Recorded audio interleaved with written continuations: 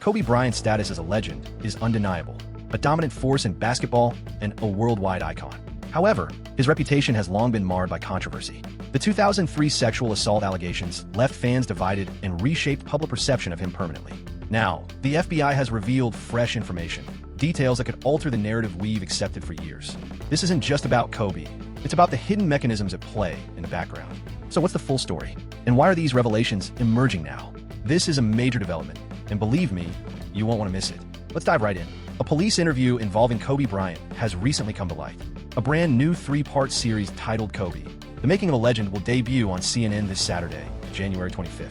The premiere episode will highlight Kobe Bryant's journey to stardom and his extraordinary basketball accomplishments, but it's the second episode, airing on January 31st, that's already stirring significant debate. The reason? It delves into a resurfaced 2003 police interview with a 19-year-old employee who accused Bryant of sexual assault. At that time, Bryant maintained his innocence, asserting he was wrongfully accused of a very serious allegation, one that could have resulted in a life sentence.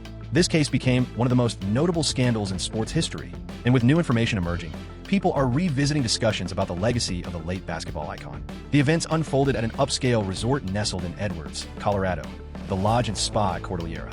It was June 30th, 2003, and the resort was bustling with activity, as staff worked tirelessly to cater to the needs of their affluent and well-known visitors. One of the employees, a 19-year-old woman stationed at the front desk, was thrilled to be part of the team. Her excitement grew when she heard that a world-famous celebrity would be arriving that evening. That celebrity was Kobe Bryant. At just 24 years old, he had already cemented himself as an NBA icon with extraordinary skill on the court. Kobe was in Colorado for a knee procedure, but rather than using his actual name, he registered under the pseudonym Javier Rodriguez. His entourage followed suit, adopting aliases like Joe Carlson and Mike Ortiz in an attempt to remain inconspicuous. Being a basketball fan, the young woman was ecstatic at the idea of encountering Kobe and decided to linger at work after a shift, hoping for the chance to meet him. She couldn't have imagined that this choice would have a profound impact on her life moving forward. Later that night, between 9:45 and 10 p.m., Kobe and his group reached the resort. The woman had the opportunity to interact with him when she accompanied him to his room.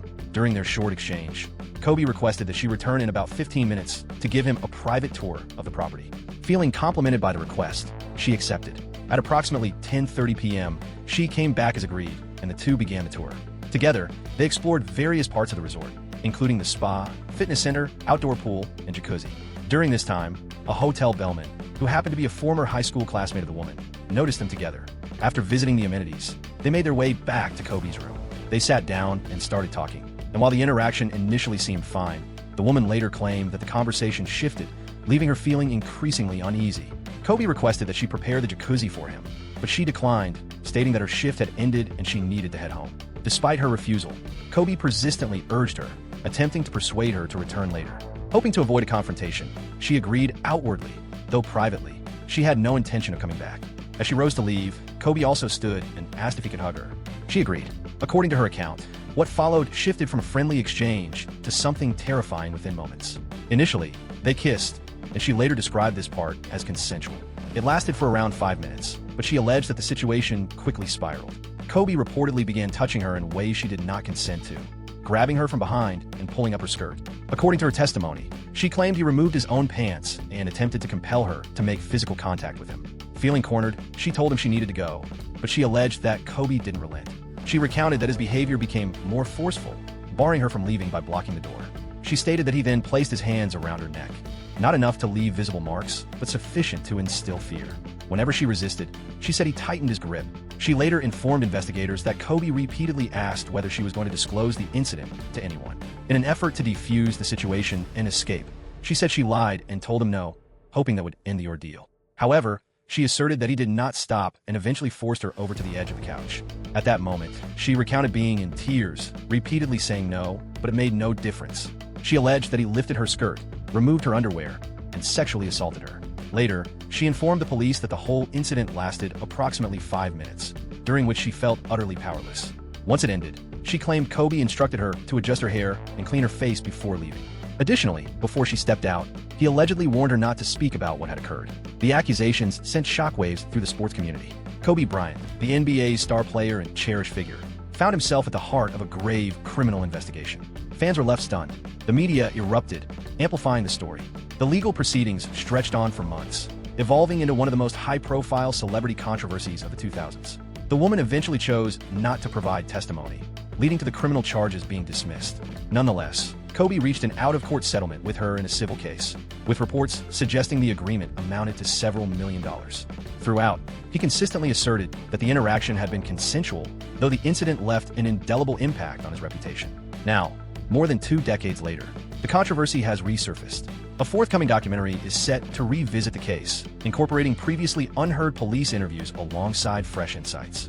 While some fans feel that Kobe's past should remain untouched, others insist that the entire narrative deserves to be explored. Regardless of perspective, Kobe, the making of a legend, is certain to rekindle debates about one of the most complex episodes in his life. Whether viewed as a hero, a flawed individual, or something in between, one thing is undeniable. This chapter will not be easily forgotten. Among the more memorable moments was the revelation that Kobe had purchased a lavish 8-carat purple diamond ring for his wife, Vanessa Bryant.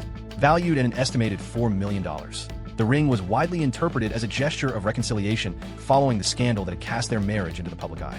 Whether it was a sincere expression of affection or a calculated move to manage the fallout, the ring swiftly became the focal point of public scrutiny. Predictably, it sparked an avalanche of opinions and debate. Amid the uproar, Kobe issued a deeply personal and emotional public apology, openly acknowledging his missteps and conveying profound remorse for the hurt he had caused Vanessa. It was an uncharacteristically candid moment for the usually self-assured and composed basketball icon. Acknowledging that actions carried greater significance than words, Kobe decided to back his apology with a grand gesture of devotion. Determined to repair their bond and demonstrate his dedication, he gifted her an extravagant symbol of love and reconciliation, the piece that would soon be dubbed the apology ring. What appeared at first glance to be a simple piece of jewelry quickly transformed into one of the most talked-about celebrity stories. However, this was no ordinary ring. It was a true work of art, featuring a striking 8-carat fancy purple diamond at its center, an exceptional and opulent choice. The purple hue held particular meaning, often linked to themes of royalty and abundance, possibly reflecting the grandeur and extraordinary nature of their relationship. The ring's design was meticulously thought out, embodying a harmonious blend of power, grace, and perseverance, traits that define the foundation of Kobe and Vanessa's relationship. This was far more than a mere apology gift. It was a profound declaration. When word of Vanessa Bryant's so-called apology ring broke, it sent shockwaves through the realm of celebrity news. The media erupted into chaos as tabloids, broadcasters, and entertainment writers raced to dissect the story from every angle. A reconciliation gift worth millions of dollars? It was a jackpot for gossip columnists. The sheer grandeur of the gesture commanded attention, sparking endless discussions, not just about the ring itself, but also about the state of the Bryant's marriage. It embodied extravagance, love, and intrigue all in one. Public reactions were divided. For some, the jaw-dropping luxury of the ring was utterly captivating, shimmering and exceptionally rare. It was the kind of item only a privileged few on Earth could ever dream of possessing. The public marveled at it, discussed it extensively, and for some, even fantasized about owning something comparable. What made it even more captivating was its connection to a genuine love story in real life. The ring transcended being merely a piece of jewelry.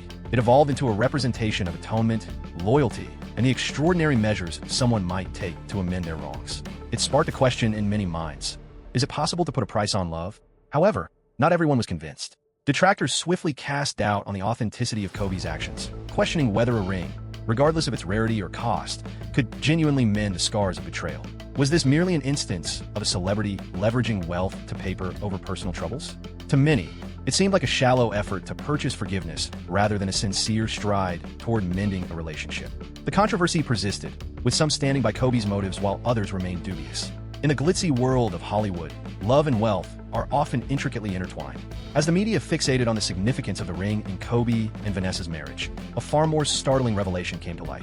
A murder-for-hire plot targeting Kobe Bryant's accuser during his legal proceedings. Reports surfaced indicating an alleged attempt to silence her permanently, casting a grim shadow over an already contentious and highly publicized case. This information raised unsettling questions about the lengths some individuals might go to safeguard Kobe Bryant's public image. The discussion, which had revolved around love and extravagance, now pivoted sharply to something much darker and more disturbing. No longer merely about a ring, but a matter of life and death. Kobe Bryant's legal ordeal was already dominating headlines across the country when a sinister development came into focus. The FBI uncovered details of a chilling $3 million murder-for-hire scheme targeting his accuser. At the heart of this plot was Patrick Graber, a Swiss bodybuilder who seemingly tried to take advantage of Kobe's legal turmoil by hatching a plan that was both brazen and perilous, reminiscent of a storyline ripped straight from a crime novel. But this wasn't fiction. It was reality, and its implications were harrowing. Kobe Bryant, a global basketball icon and a hero to countless fans, found himself at the center of a scandal that kept growing darker.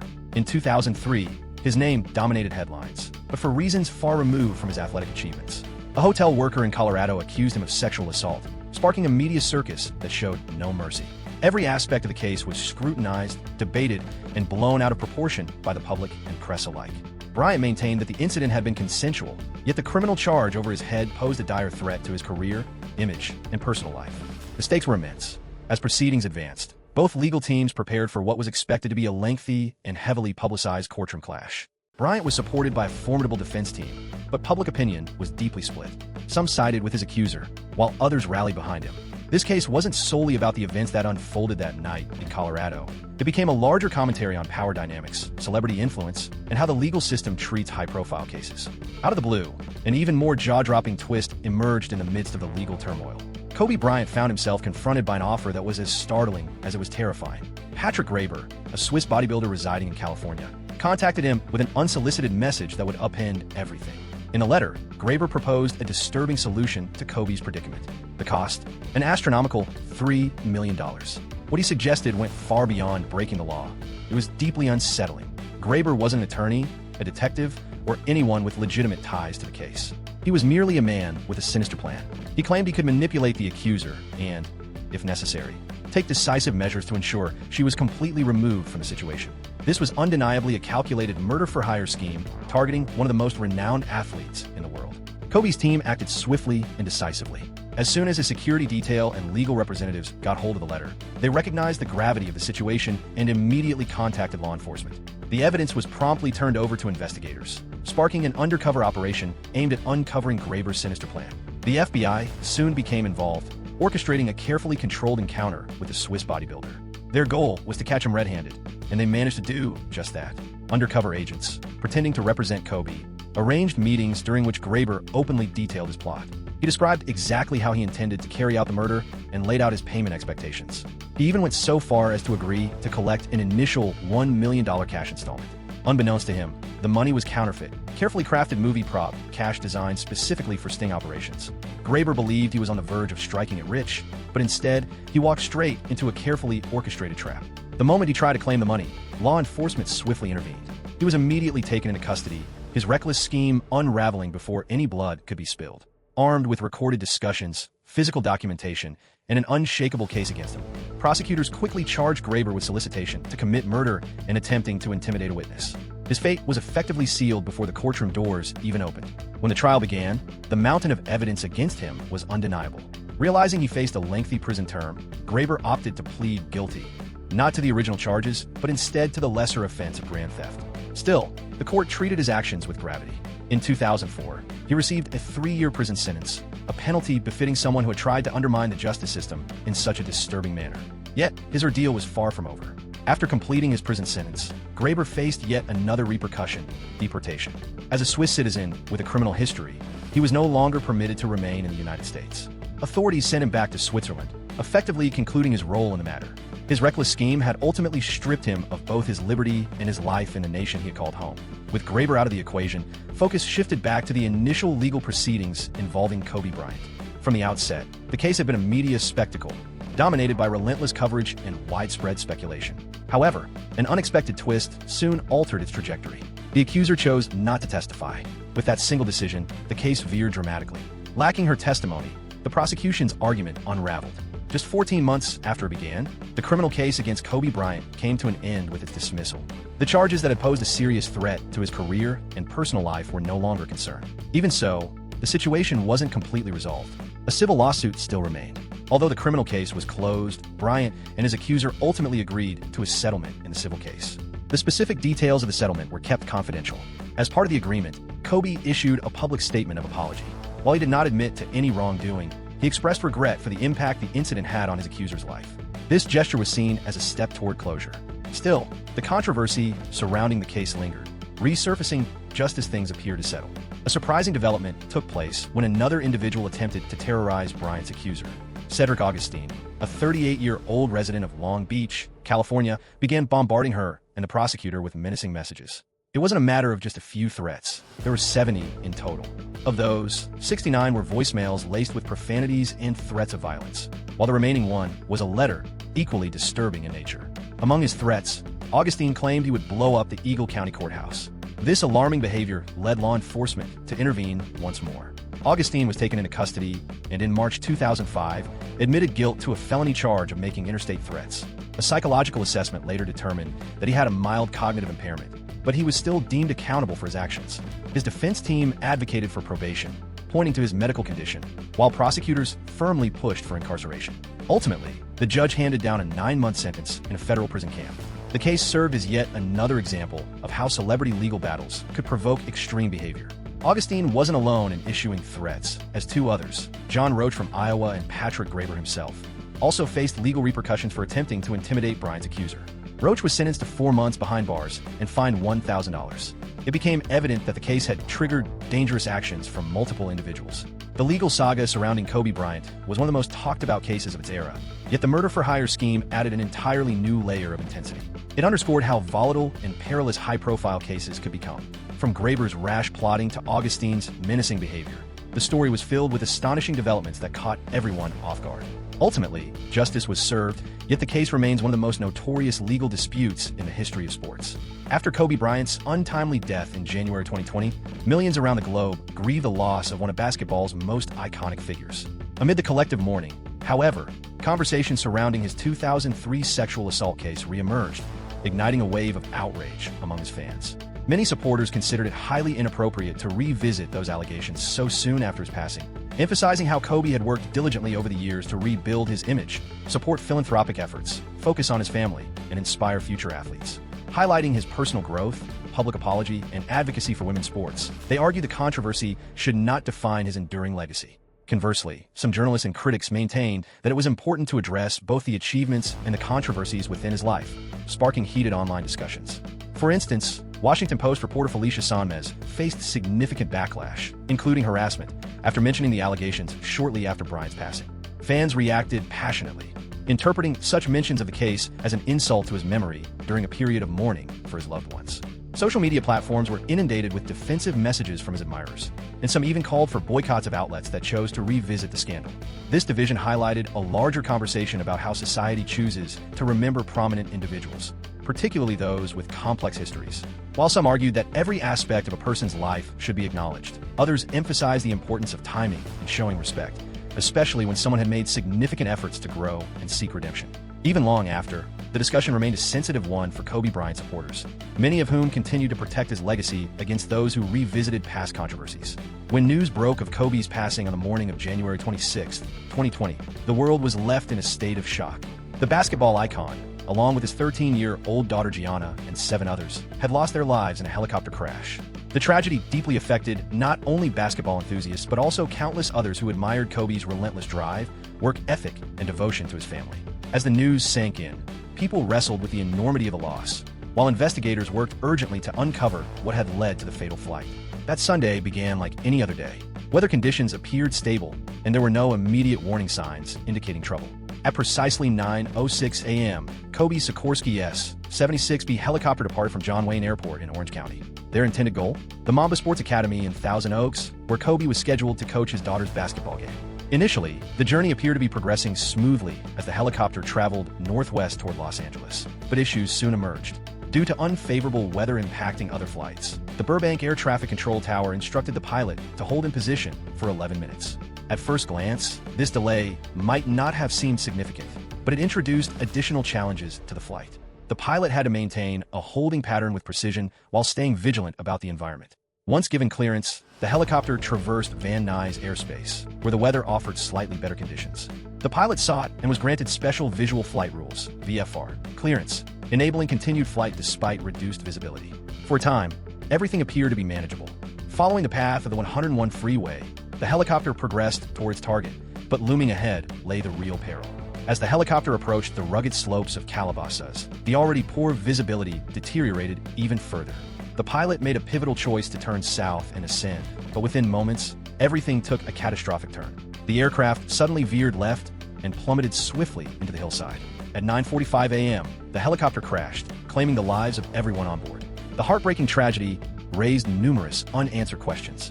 How could such a seasoned pilot lose control? Was there any way to avert this disaster? In the days and months that followed, various theories surfaced, each seeking to uncover the truth behind those final moments. A leading theory suggests that the pilot, Bryant, experienced a loss of situational awareness. In other words, he might have become disoriented amidst the foggy weather, losing his perception of the helicopter's location. Zobayan was operating the helicopter under visual flight rules, VFR, which depend on his ability to see the terrain and navigate by sight. However, once the aircraft entered dense cloud cover, maintaining visual reference became nearly impossible. When visibility is compromised, pilots can easily lose their sense of altitude and direction. This condition, referred to as spatial disorientation, has been responsible for numerous tragic aviation accidents over the years. Under this disorienting state, pilots might believe they're maintaining a level flight path when they're actually banking or descending. If Zobayan miscalculated his position or orientation, it could have unintentionally led to the fatal descent of the helicopter. This theory aligns with the challenging weather conditions reported that morning. Still, while pilot error seems like a plausible explanation, it may not be the only contributing factor to the crash. Another scenario is that the worsening weather overwhelmed the pilot, causing him to lose control of the aircraft. Flying a helicopter in such conditions demands extreme precision, especially when visibility is severely limited. If the pilot became confused, it's possible he made an incorrect maneuver, one that positioned the helicopter at a perilous angle or caused it to reach an unsafe speed. The abrupt climb, followed by the steep descent, indicates that he may have overcompensated in response to the situation. On top of this, there seemed to be pressure to complete the journey. Kobe's reputation for punctuality and the passenger's desire to stay on schedule may have influenced the pilot's decisions. These factors could have pushed him to continue flying through adverse conditions rather than opting to turn back or land at a safer location. Although seasoned pilots are trained to remain calm under pressure, even the most skilled professionals can occasionally lapse in judgment during critical moments. This scenario points to a mix of challenging weather, loss of spatial awareness, and the urgency to reach the destination as key elements contributing to the crash. Another plausible explanation is that the helicopter experienced a rotor stall, a phenomenon where the rotor blades fail to produce sufficient lift, resulting in a rapid loss of altitude. Given the challenging landscape, it's possible the pilot realized the helicopter was too close to the ground and attempted a steep climb. However, sudden ascents can sometimes lower rotor RPM, potentially causing a stall. If this occurred, the helicopter might have lost the necessary lift and started to plummet before the pilot had the chance to regain control. This situation is especially dangerous since helicopters, unlike airplanes, lack the capability to glide or recover from stall at low altitudes. With such limited time and altitude to respond, it would have been nearly impossible for the pilot to avert the descent. While the exact reasons behind the crash may never be fully determined, experts widely believe that a combination of harsh weather, treacherous topography, and human error created a disastrous set of circumstances leading to the tragedy. Kobe's passing became a moment of global sorrow. Tributes from fans flooded social platforms. Celebrities expressed their heartbreak, and the basketball world celebrated his legacy in countless ways. His impact on the sport was undeniable, with 5 NBA championships, 2 Olympic gold medals, and an indomitable spirit that inspired millions. Yet, amid the outpouring of love and remembrance, some revisited a controversial chapter of Kobe's life, his 2003 sexual assault case. For many, this case continues to cast a shadow over his legacy. After his passing, discussions reignited over the appropriate way to commemorate his life. Should he be celebrated solely as a basketball legend, or should his past controversies be considered as part of his story? To his supporters, Kobe was far more than an athlete. He embodied resilience, dedication, and fatherhood. They admire the transformation he underwent, from an iconic player to a family man who championed women's sports. However, critics contend that any assessment of his legacy must also include the assault allegations. While they acknowledge his remarkable talent, they insist that a complete picture of his life, including its complexities, is necessary, especially in moments of public adulation. This division became starkly visible in the days following his tragic death. Amid the widespread tributes, journalists and commentators who referenced the allegations faced significant criticism. Advocates labeled it disrespectful, whereas opponents argued it was essential for a candid dialogue.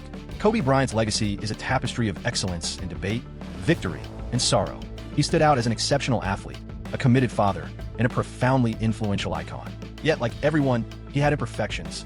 His passing signified the conclusion of an era, leaving his admirers devastated and the sports community irrevocably altered. Whether remembered purely for his remarkable basketball skills or as a multifaceted individual with a contentious history, one thing is undeniable.